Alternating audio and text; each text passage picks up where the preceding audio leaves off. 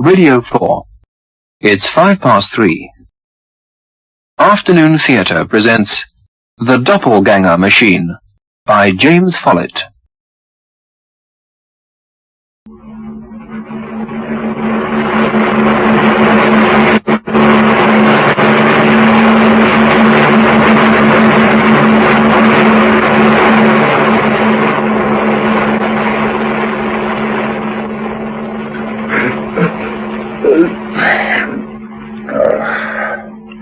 Dozing at the controls.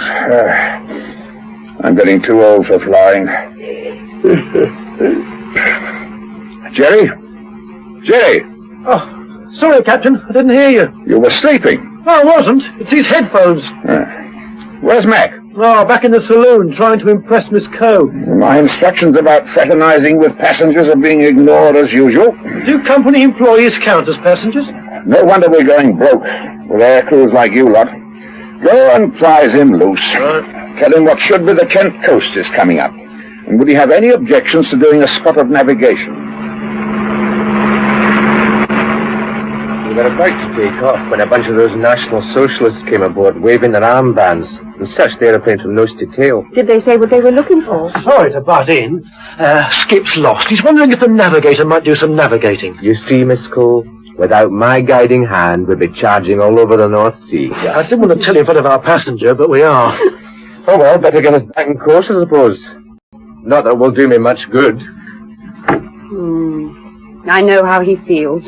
In what way? Empire Airways going broke. Oh. Mind if I sit down? It's your aeroplane. How long have you been with Empire? Nearly 4 years now. I started at the Croydon office, did a couple of years there, and then I was sent to Berlin. I had to leave after only 11 months. I was transferred to Paris. Paris was marvellous. Yeah? Pity it didn't last. Like all good things, I suppose. Why did you have to leave Berlin? The aerodrome manager there is one of those National Socialists. They don't like Jews. They were even boycotting Jewish shops.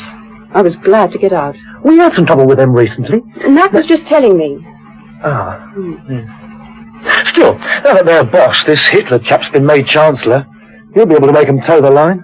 Yes, I suppose so. What will you do when we get back to England? Oh, I honestly don't know.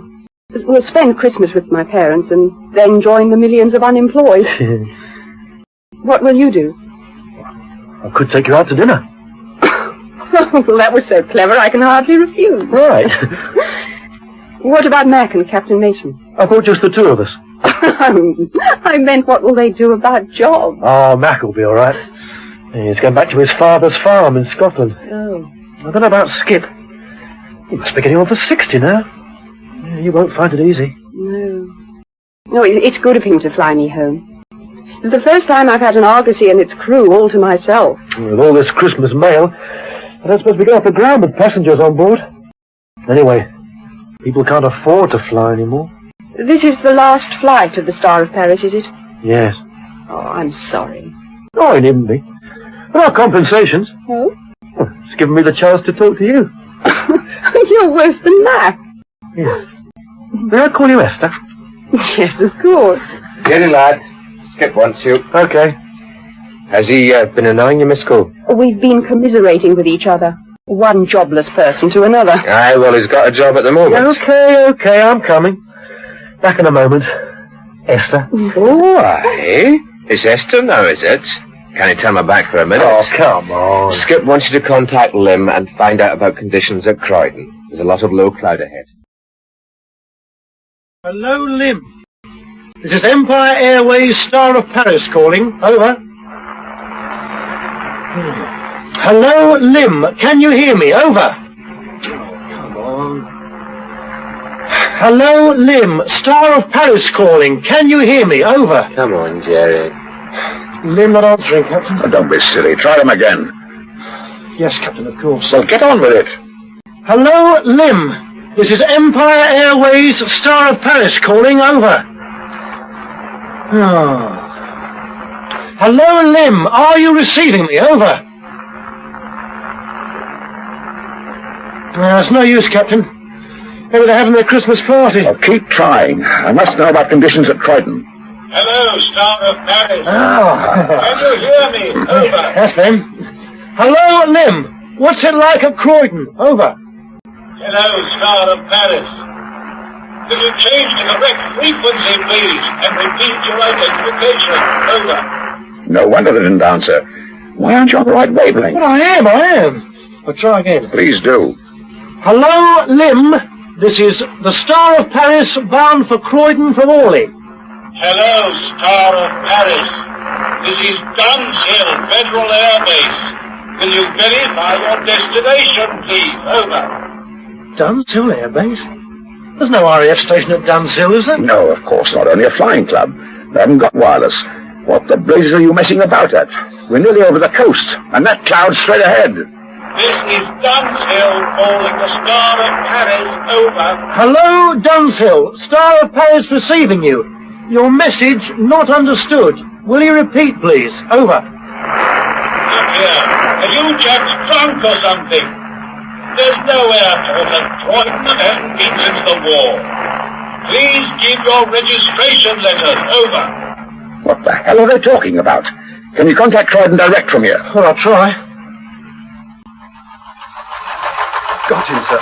That's him coming in at the top. What range is the radar on? Intermediate, sir. I'd put them about 10 kilometers due south of Duns Nest at 1,000 meters. What's that trace there? An ME-124, scheduled flight to Berlin. And that must be Pilot Officer Cash. Well, he's closing fast. Is he reporting? Yes, sir. Right. Switch on the speaker. Located him on our radar. We're 800 meters above him and on the same course. Start spinning. There he is. I don't believe it. It's a giant passenger biplane. A pre-war Armstrong-Whitworth Argosy. Good Lord. Empire Airways painted on the sides. I'm running the camera now. His registration reads Golf Echo Bravo Lima Foxtrot. I don't think he's seen me. No, he's getting into cloud now. Shall I keep after him? Okay. You'd better recall Cash. Yes, sir. He's got some pictures I'd like to see. Now keep an eye on our friend and let me know if he nears commercial airspace. I don't want to notify London Airport just yet. Not until we're certain. Ground their Christmas traffic for nothing and there'll be hell to pay. No luck contacting Croydon, Captain. I'm going to make trouble for someone when we get down. Damn cloud. I wonder how high its base is. Mac. Position coming up, Skip. Well, for God's sake, make it a good one. I want to drop 2,000 feet. We should be coming up to Hawkhurst. Hold this course steady and we'll be over Tunbridge Wells in 10 minutes. Jerry, leave that wireless alone. Watch out for breaking the cloud. Right. I want a height estimate. I'm going to chance 1,000 feet, Mac. Duns Hill? Yes. Okay, I'll tell him. That was Fox Warren radar, sir. They've lost him, too. He's lost height and dropped below their radar horizon. Oh, we'd better call London Airport now. The most sophisticated radar in the world, and we can still lose low-flying aircraft in fog. I suppose we should notify Berlin, just in case Fox Warren do. 1,300 feet now, Skip. It's no good, man. We could be even lower. I'm going up.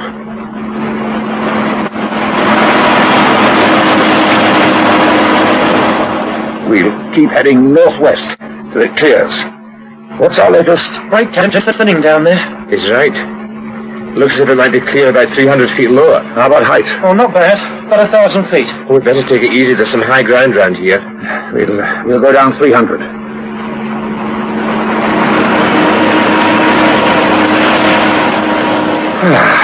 That's better. We're through. Still a bit patchy. At least we can see the ground occasionally. Give me a position, please, Mac. Well, that's easy enough. There's the A25. That high ground is Reigate. Well, I saw it. What is? The A25. I suppose it is the A25. Yes, it must be. What's that, Mac? Got us lost again? That must be me. I thought I saw a building that wasn't there last week. Damn ground fog. Look! That dual carriageway wasn't there last week. Oh, you must be mistaken, Mac. I'm not mistaken. That dual carriageway wasn't there last week. Someone's been busy. Jerry, see if you can get him on the wireless now. Right. Hello, Croydon. This is the Star of Paris calling. Hello, Croydon. Over. Still not answering, Captain. Oh, well, doesn't matter so much now. We've got some visibility. Can I go back and reassure Miss Coe? Eh? Oh, go on then. Typical. Oh, hello again. Oh, hello. What's happening? I thought we were just going to land. No. Still a few minutes to Croydon. Oh. We couldn't contact anyone on the wireless to find out about our cloud conditions, so we had to go lower to find out for ourselves. Is that dangerous? Well, it can be.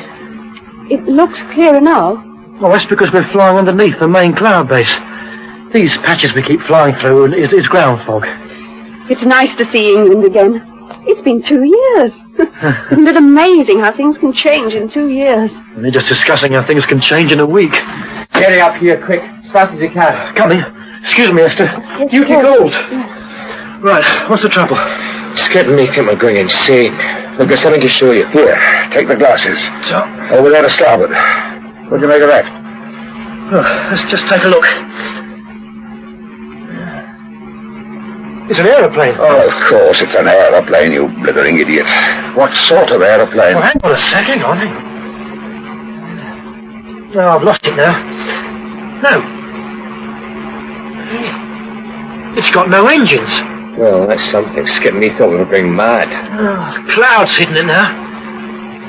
I never knew gliders came that big. I could even see a row of windows. I'd heard that the army were experimenting with gliders, but not the size of that one. Croydon in 5 minutes, Skip.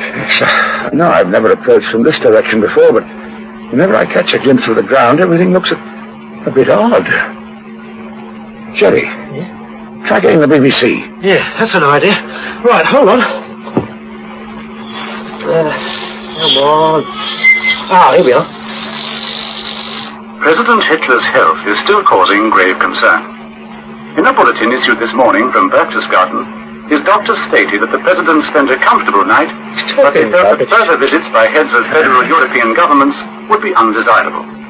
The president, who is 83, was taken ill last Tuesday while addressing the European For God's sake, switch it off.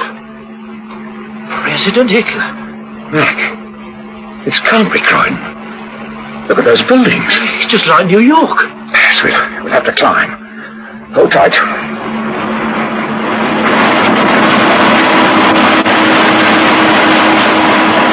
Those buildings must be at least 30 stories. Where are we, Mac? Croydon, we must be. Don't be so stupid. There's a city down there. Look at it. That must be a film set. Yes, look. There's the aerodrome. It looks all wrong, Mac. Looks good enough for me. I've got to get this thing down before I start raving. No, Skip. Up! Goalposts!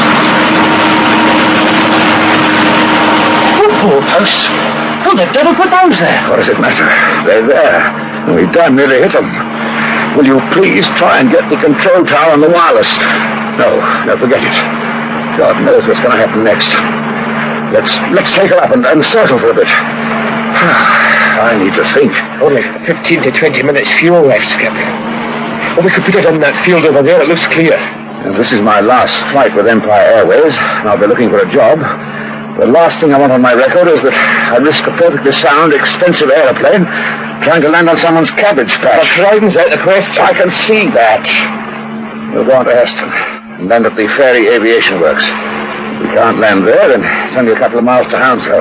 Satisfied? I'm sorry. Oh, it's not your fault, Mac. I shouldn't have spoken like that. Don't worry yourself. I'd have said far worse. Thanks, Mac. Let's have a course for Heston.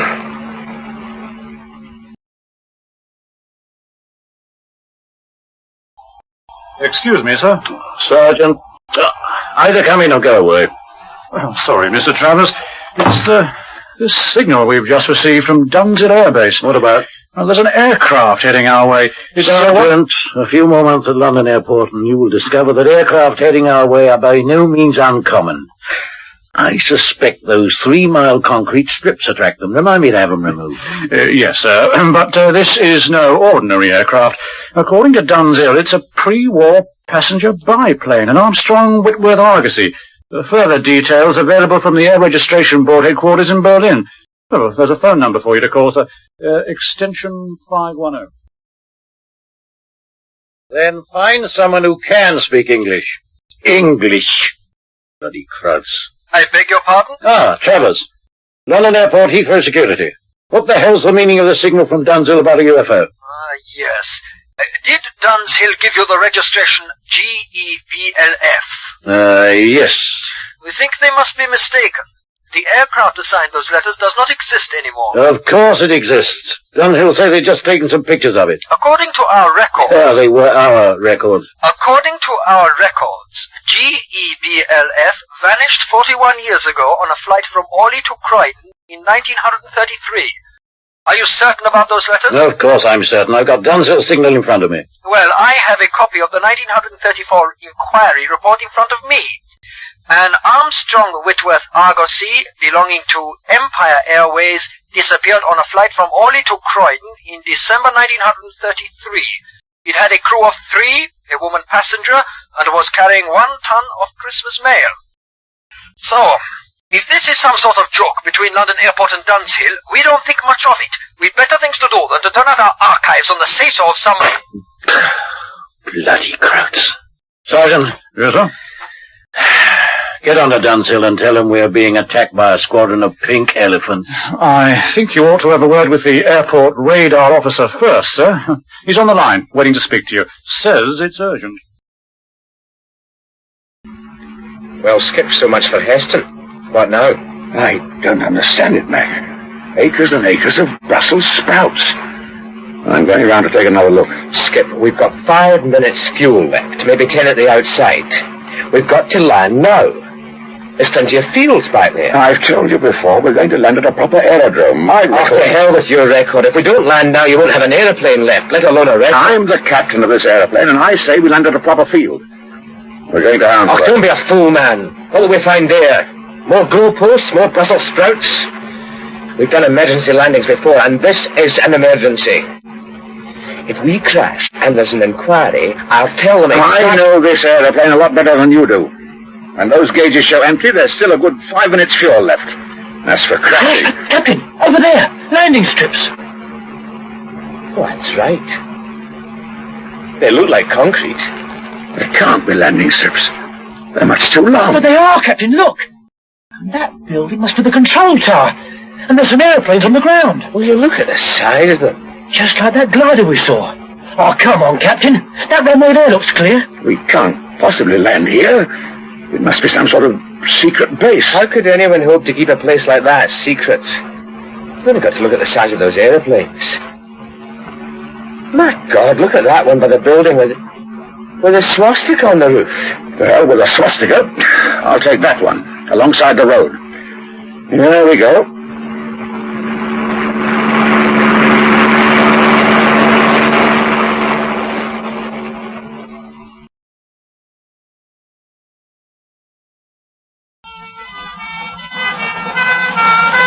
The ambulances are going east. Shall I stay with them? Well, they probably want to pace it as it lands. Turn off here and head for the top of the runway. Who do you reckon they are, sir? Film company, I expect. And whoever they are, let the high jump when they get down, assuming they're sober enough to make a decent landing. I'd never have thought that one aircraft could cause such a flap. Okay, this'll do. Right. Let's take a look.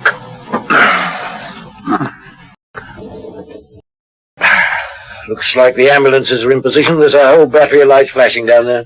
No sign of our friends. Hold it! Piston engines. There it is. Well, anyway, he's not drunk. He's coming in straight enough. My Sergeant, he's certainly not drunk.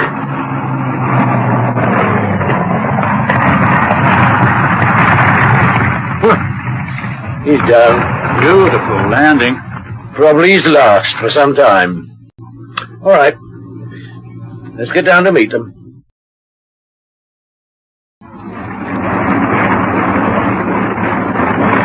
Well, sir, it may be a museum piece, but it looks in pretty good nick to me. Wave him to shut his motors off, Sergeant. Right. Got your gun handy? Yes, sir. Good. Keep it out of sight. Don't think we need it. They seem docile enough. Stand well back. Let it come out of their own accord. Oh, it's quite a fair-sized aircraft, sir. Who are Empire Airways? I've no idea. Oh, door's opening, sir. Where do you get those clothes? Good morning, sir. You in charge of this aircraft? Yes, I am. Would you please tell me where we are and what this place is? How many of you aboard? There's 4 of us. Myself, my wireless operator, my navigator, and 1 passenger. I'd like you all to step down and come with me, please. I've got 50 mail bags on board. I can't leave them until they're handed over to the postal authorities. Where are they consigned? Croydon. Croydon? Yes, Croydon aerodrome. Are we in Germany? Have you all got your identity cards? Oh, we have our passports. What exactly is this place? What are all those gliders? Will you accompany me, please? My sergeant will ensure this aircraft is properly guarded. I'm sure you don't wish to add to the trouble you're already in. I'm sorry, but I'm not leaving the aeroplane with unattended mail. The others can go, but I'm staying until the mail's handed over to the postal authorities. Sergeant. Sir. Now, will you come? Well, I don't have much choice, do I? None at all. Now, if you don't mind climbing into the back of my wagon, we'll go over to my office for a nice little chat. You've all got quite a bit of explaining to do. Before we start, my name is Travers. I'm in charge of the security around here. We'll start with you, as you seem to be the ringleader. Name? Mason. Charles Mason. I'm a captain with Empire Airways, and not a ringleader. All I want is your name. I've just told you. Your real name. That is my real name. You've got my passport in front of you. I was coming to that in a minute. Now you, Miss... Esther Cole. I should reconsider that if I were you. Esther Coe sounds Jewish. Look here, Travers. What are we supposed to have done? Please be quiet. What about you? Gerald Kane, wireless operator. And you? Andrew Stewart, navigator. Now, I want you all to listen very carefully. I'm sure you must realize the serious trouble you're in. You've broken just about every aircraft movement regulation in the book. Now, look here. And endangered the lives of innocent people by flying straight into a major airport without clearance. Lying to me won't help. I'd like to speak to your superior. We are not lying. Oh, but you are. I know you are, and so do you. Now listen, I don't mind a spot of entertainment now and again, but I'm likely to get bored very quickly, and when I get bored, I get extremely nasty. Bear in mind, I can easily check your story with every airport in Europe without asking any of you a single question. It means a great deal of trouble for me, but I'll get at the truth. If people make trouble for me, I can make trouble for them. So I suggest you answer my questions truthfully. But we don't see what sort of trouble it is we're in. Using false identification documents is a very serious offence, for one thing. That's absurd. There's nothing wrong with our passports. I can vouch for my crew and Miss Coe. Nothing wrong. What do you take us for? Look at these passports. Here, look at them. What can I say to you? Look, we're sorry about flying in here, but we couldn't land at Croydon or Heston. We were getting low on fuel when we spotted this place. It's not marked on our chart, so I suppose I should have known better. Why? Well, this place is a secret base, isn't it? Oh, secret. Can't I get it through to you? The joke's over, finished. Tell me who you are, who financed this crazy scheme, and why. I'm sorry. Who built the replica? I'm sorry, I don't understand. I don't think any of us do. All right. I'll tell you what I'll do. I'll leave you alone for 10 minutes so you can reflect on the position you're in. Only remember what I said about me turning nasty. Very nasty.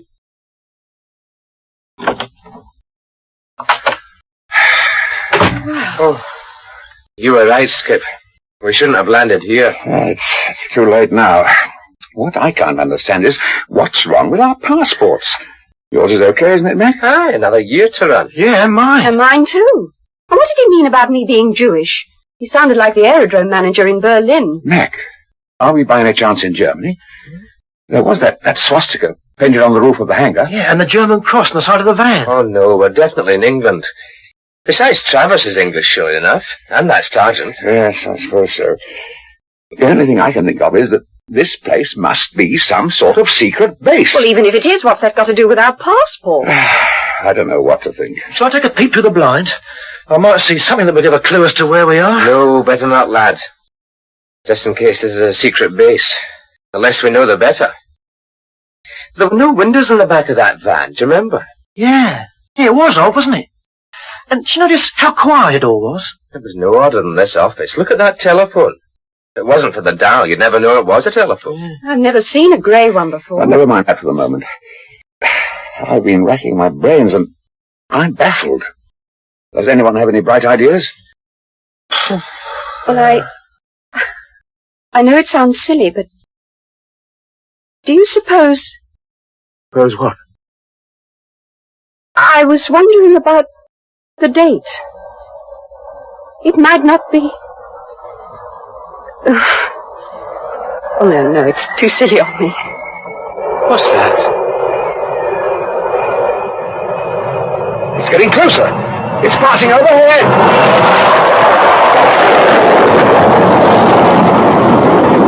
I'm feeling awful. I think I'm going... It's all right, Liz. Look, I've got you. I'm sorry, but I think I know... Don't say anything, Jerry. Yeah? Go and get help. Quickly. Right. Where are your smelling salts, Mac? Oh, because the door's locked. Try the telephone, then. That's it, Mac. Hold her head down. Right. Okay, love, you'll be all right in a minute. All right. What the devil are you gawping at? This isn't a real telephone. It can't be. Now, don't be so stupid. Here, give it to me. But it can't be. It's as light as a feather. Shh! Somebody coming.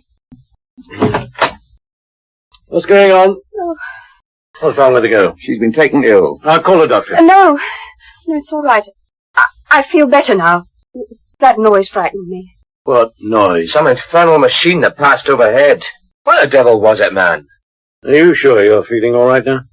Yes, thank you. Well enough to answer a few more questions, I hope. Have you all thought about what I said? I think the best thing is if I give you a full account, starting with our departure from Orley this morning. Are you sure you left from Orley? Yes.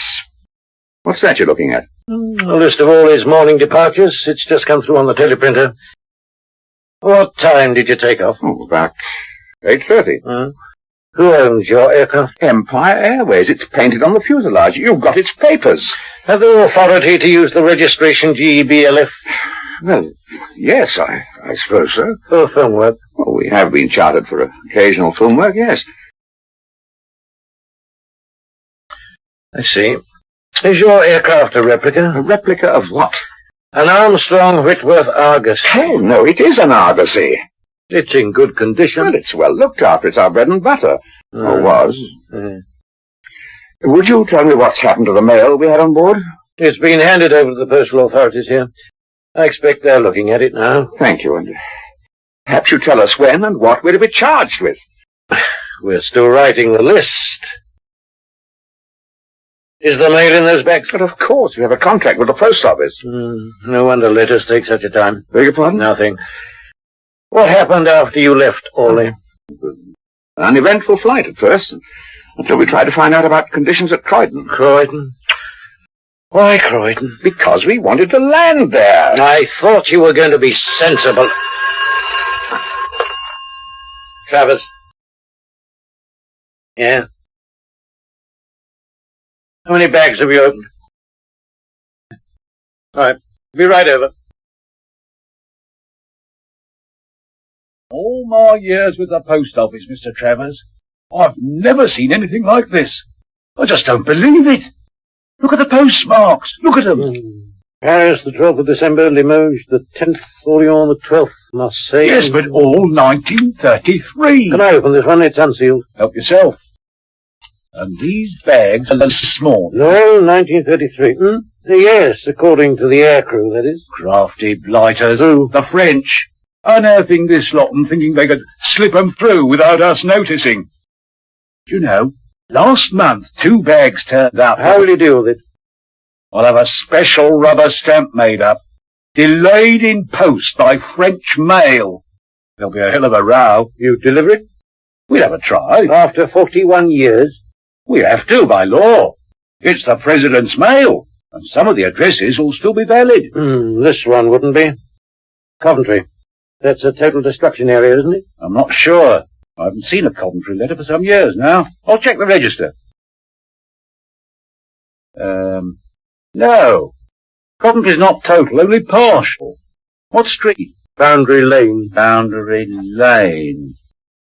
Yes, it was in a secondary fire zone, 1950. Addresses 1 to 49 odd numbers and 88 to 150 even numbers are all inoperative. Do you still get normal mail from abroad addressed to destruction areas? Not so much nowadays. We have a special department to deal with it. They'll have fun with this bag here. Half the contents of a Birmingham. The only operative address there is the Contamination Monitoring Station. You'll have to hold this mail. I can't. I was going to set up a special team for an initial sort. No, leave it for the time being. Keep it locked up till I give you the word. I'm sorry, but I've no authority to delay mail. I'll see you get the authority. It's important you leave these bags intact. They might be evidence. I'll have to consult my superiors first. Not until I say so. The less who know about this, the better. Has there been a crime? That is what I intend to find out.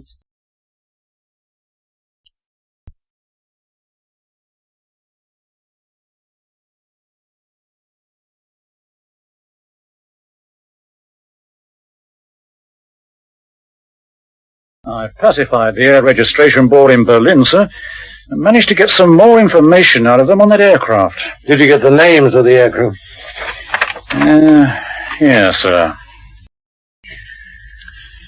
I didn't think you'd believe it.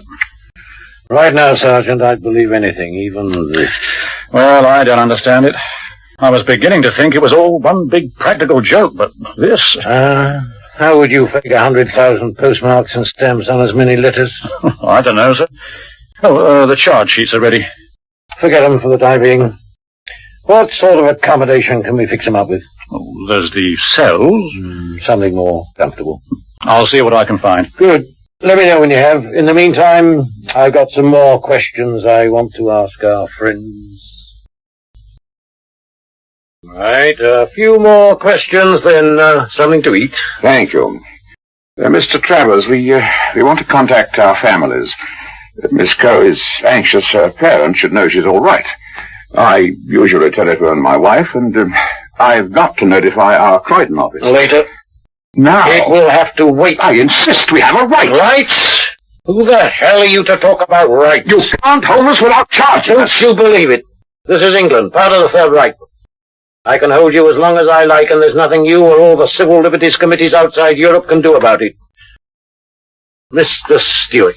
Yes? When I came in, you were reading a newspaper. I'd like to see it, please. Are you accusing me of stealing a newspaper now? Mr. Stewart, I may accuse you of something a damn sight more serious than that. You've no right to... Every right! And it's no good you going on about your rights because you haven't got any. None of you. You're all dead. Come in. Hang on, Sergeant. Now come out.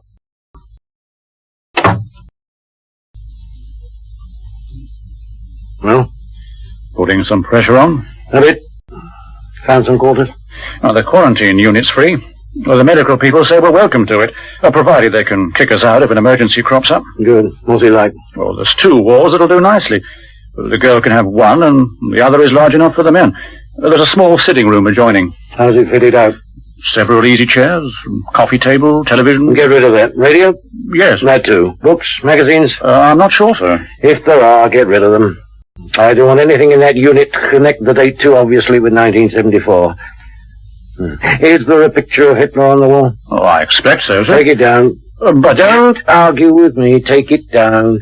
Don't worry. If anyone asks questions, I'll say it was on my orders, okay? Yes, sir.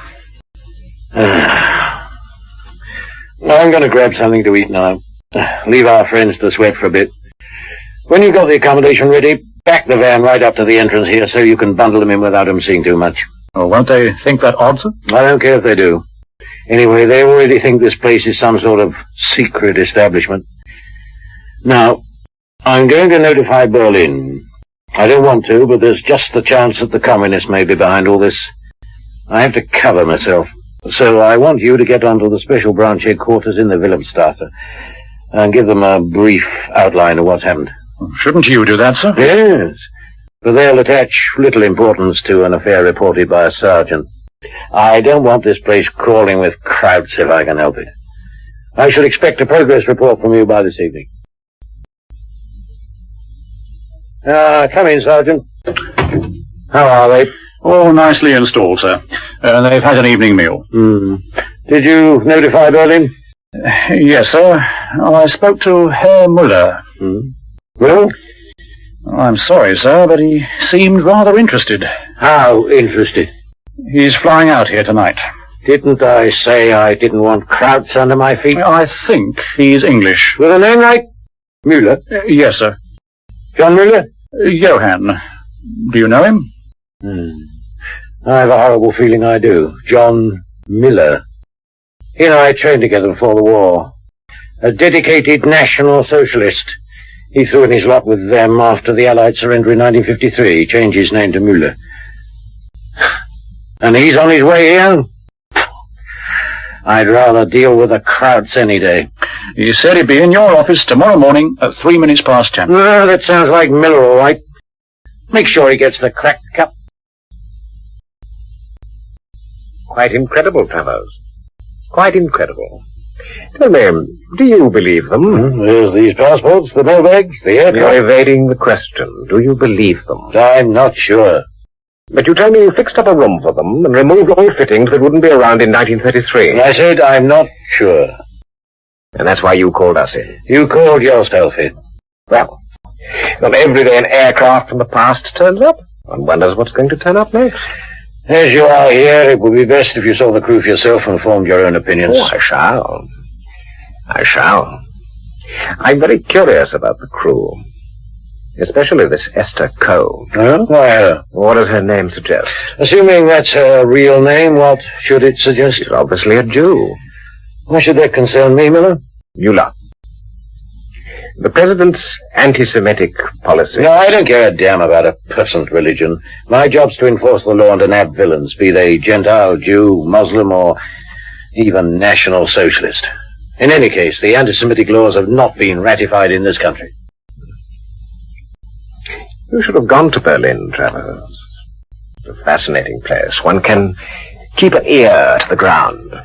The disadvantage of having an ear to the ground is that you put yourself in a favorable position for being kicked. I'd like to see the aircrew now, please. Alone. I'll show you the way. Someone else. I wouldn't want to waste your time. Perhaps we could have lunch together. And that'll give you time to get some information together on their families. I usually lunch at the airport bowling alley. May I come in? We are not answering any more questions until my lawyer's present. I was hoping we might have a little talk. My name's Miller. John Miller. You must be Captain Mason. Yes, this is Miss Coe, secretary with Empire Airways, Andrew Stewart, navigator, and Gerald Kane, my wireless operator. Are you senior to Travers, Mr. Miller? In a way, yes. You realize he's held us against our will, and that we've not been charged with anything. We've not even been allowed to contact our families. All in good time, Mr. Mason. I have some questions I wish to ask you. I'm sorry, Mr. Miller. No more questions. Do you speak for everyone? I think so. You're not certain?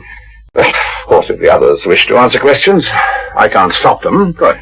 May I speak to Miss Coe? If you wish. I wouldn't like to pose a threat to your... If you wish. Thank you, Captain Mason. I'll start with you. I said I would answer no more questions. You're happy to let Miss Coe answer them for you. Not very gentlemanly behavior, Captain Mason. I don't mind answering questions, if it'll help. What do you want to know, Miller?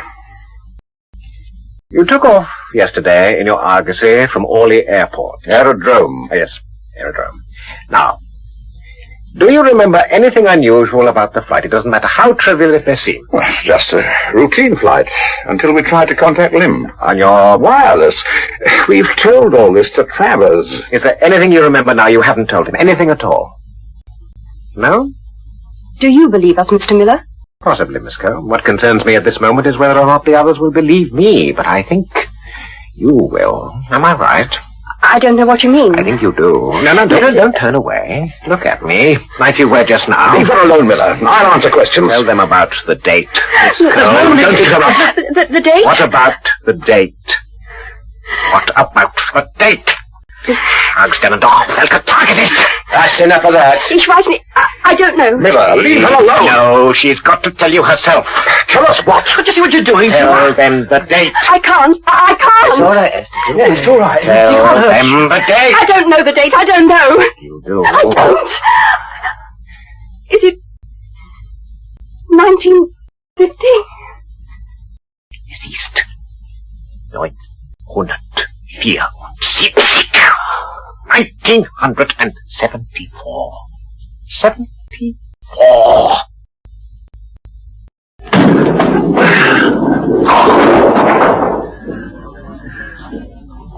I've been watching you play, Travers. 3 strikes in succession. Quite good. It's easy, Miller. I pretend 10 pins are German collaborators.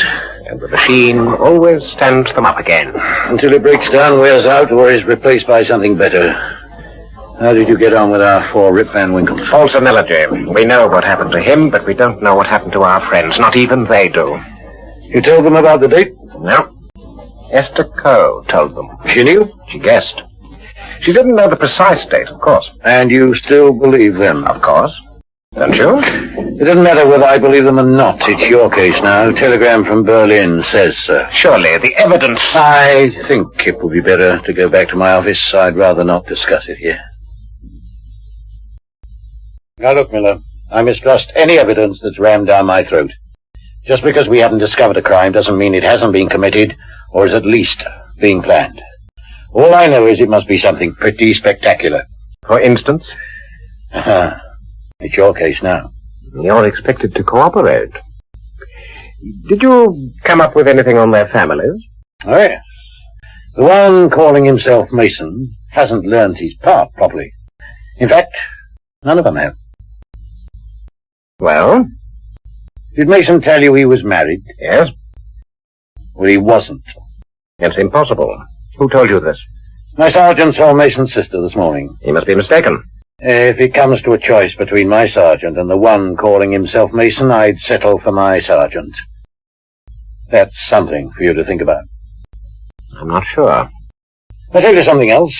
The girl, Esther Coe, remember the color of her eyes? No? Brown. Her father's 85 now, but sharp as a razor. According to him, they were green. I see. He does tend to throw a different light on things. He does. What do you suggest we do? I'm not suggesting anything. It's your case. But you're still involved. Especially if there's been... What was that phrase? Foul play? Either there has been or there's going to be. The best thing is to get an aviation expert to go over that aircraft with a microscope. Find out where and when it was made. Not only would it give us a lead, but it might give us the evidence we need to break their story. And where would we find such an expert? Easily at Heathrow. Anton Barrett, Air Registration Board, Inspector with General Aviation. He's a friend of mine. I'll ask him over.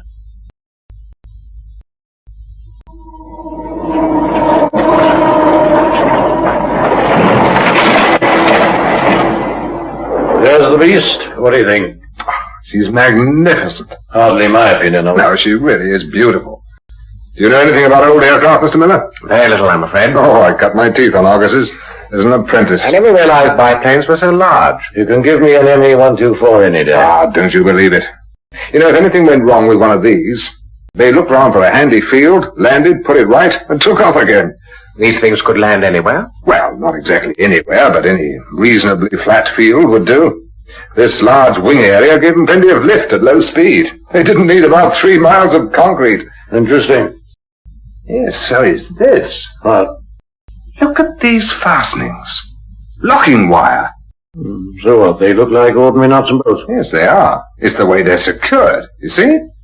Now, in the old days, when you screwed a nut into a screw or bolt and didn't want vibration to shake it off, you drilled a hole right through the nut and the bolt and shoved a piece of locking wire right through the lock, just like this. So? Oh, nobody will go to that trouble today.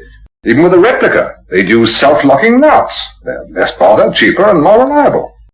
So, whoever built this replica was a perfectionist. No. Not if they wanted a certificate of airworthiness. I can't imagine any inspector being happy with holes drilled through the threaded fasteners when there are safer methods available.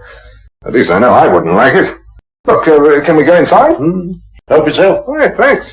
Up we go. It's surprisingly luxurious. Well, the Argosy was a luxury aircraft. One of the first. It's, a bit cramped up here. I'll I'll try one of those seats and, savor the atmosphere. Hey, have you seen these charts, Travers? Yes, why? Well, there's a course laid off from Orley to Croydon, of all places. I shouldn't worry about that. It doesn't have any bearing on whether or not this aircraft is a replica. No, but it has considerable bearing on my curiosity. Curiosity is my job. And my failing. Where did this aircraft come from? I thought you'd tell me. Well, I know where it came from originally. I was wondering where it came from recently. Where? Where what? Look, Anton, where did this thing come from? Armstrong Whitworth's workshops. About 40 years ago.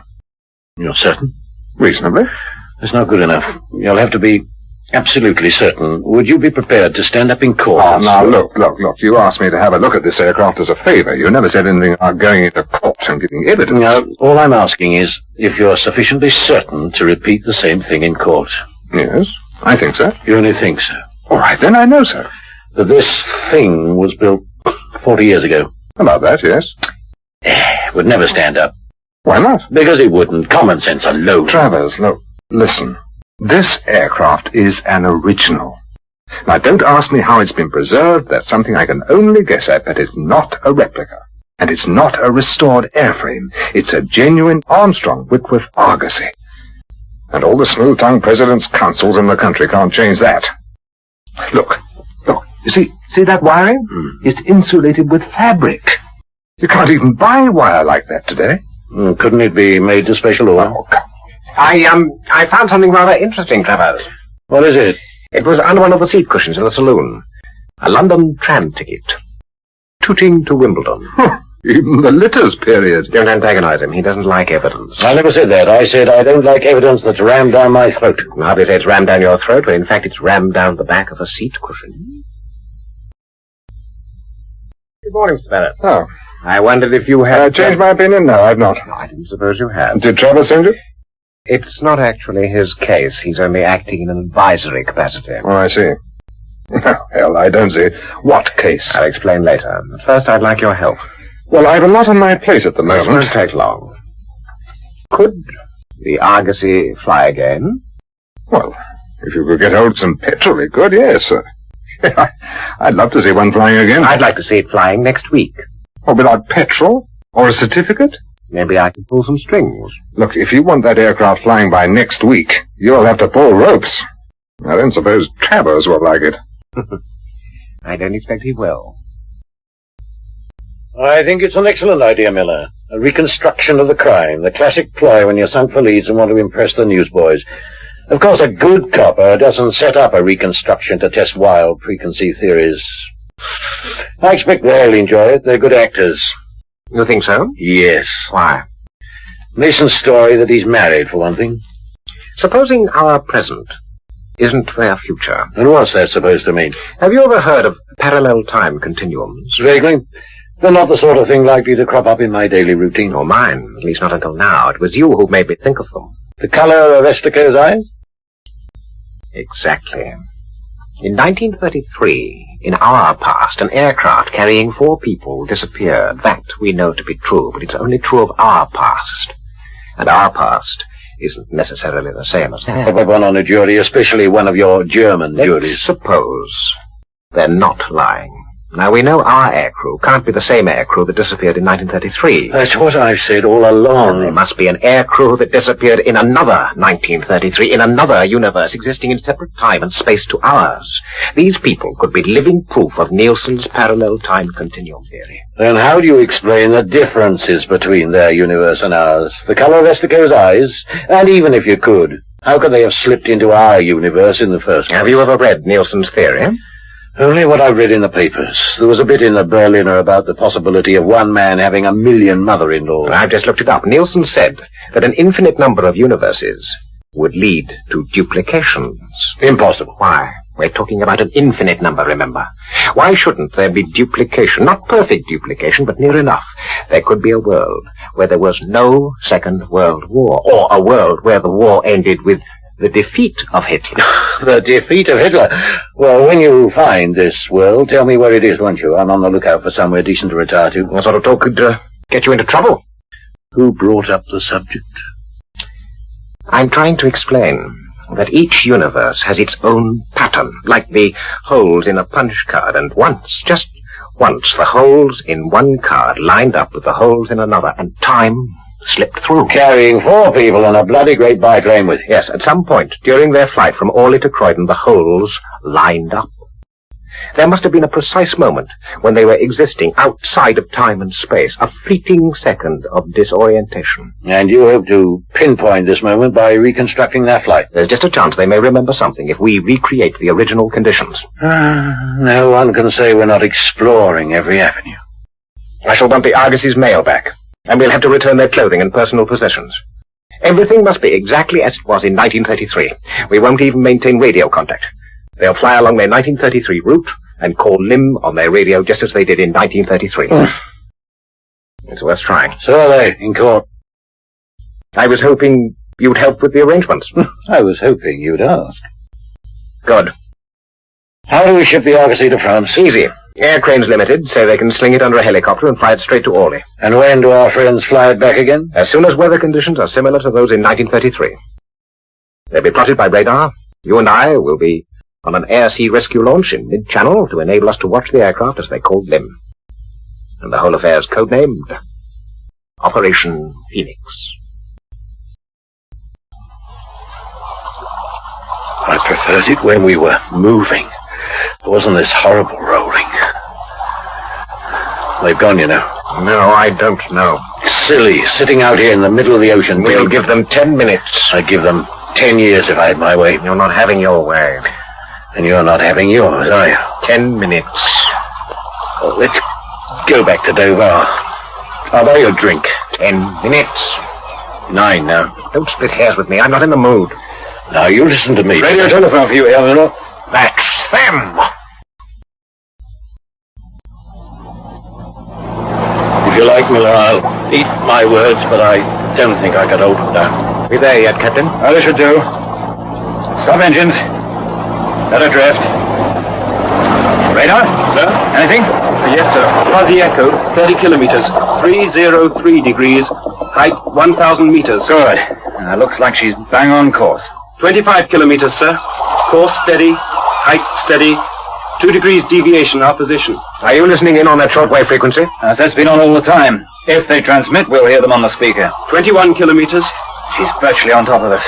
Visibility's worsening. Damn. The last thing we want is fog. If they should come down, we'd have a devil of a job finding them. With radar? Look at that trace. It's fuzzy. That's because a wooden aircraft makes a lousy radar reflector. We'd never see her on the surface. Fog's thickening. 16 kilometers. Very fuzzy trace, sir. Deviation 0. Only a few minutes now.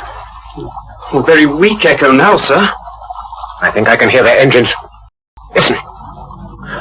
Only 10 kilometers, sir, but I'm losing them. Echo's fading. Why? Are they losing height? No, sir. They're just fading away. Hello, Lim. This is Empire Airways, Star of Paris calling. Over. Hello, Lim. They're going, sir. Hello,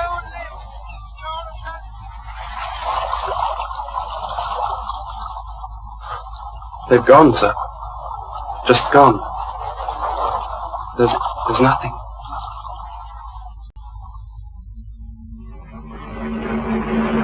Hello, Lim. Will you answer, please? Over. Hello, Star of Paris.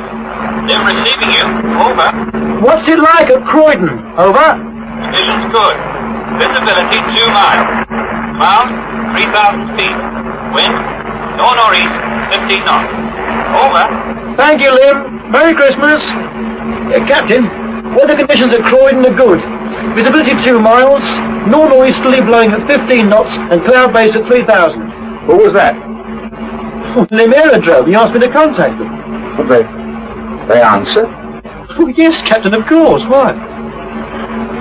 I don't know. It's just... Oh, nothing. I'm getting too old for flying. Yes.